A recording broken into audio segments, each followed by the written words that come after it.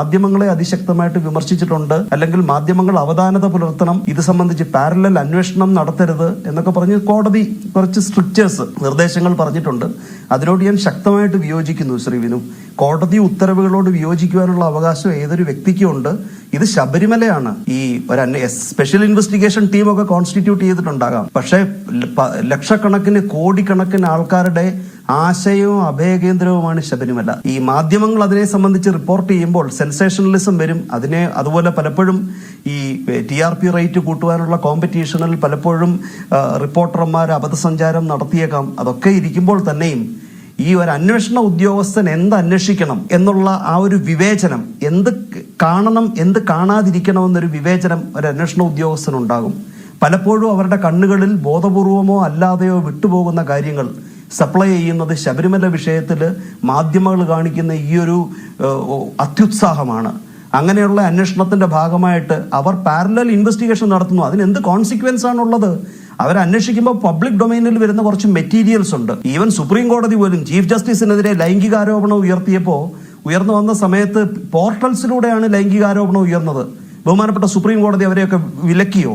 അതിനുശേഷമുണ്ടായ മാധ്യമ വിചാരണയെ വിലക്കുകയാണോ ചെയ്തത്? കാരണം ആരോപണം ഉയർന്നിരിക്കുന്നത് ചീഫ് ജസ്റ്റിസിനെതിരെയാണ്. ധർമ്മസ്ഥല കേസിൽ മാധ്യമങ്ങളുടെ വായി പൂടിക്കെട്ടണമെന്ന് പറഞ്ഞിട്ട് സുപ്രീം കോടതിയിൽ കേസ് വന്നപ്പോൾ ബഹുമാനപ്പെട്ട സുപ്രീം കോടതി ഇടപെട്ടില്ല. കോടതി പറഞ്ഞു നോ, മാധ്യമങ്ങളുടെ കാര്യത്തിൽ ഞങ്ങൾ ഇടപെടാനില്ല എന്ന് പറഞ്ഞ് സുപ്രീം കോടതി ആ ഒരു ആവശ്യത്തെ നിഷ്കരണം തള്ളുകയാണ് ചെയ്തത്.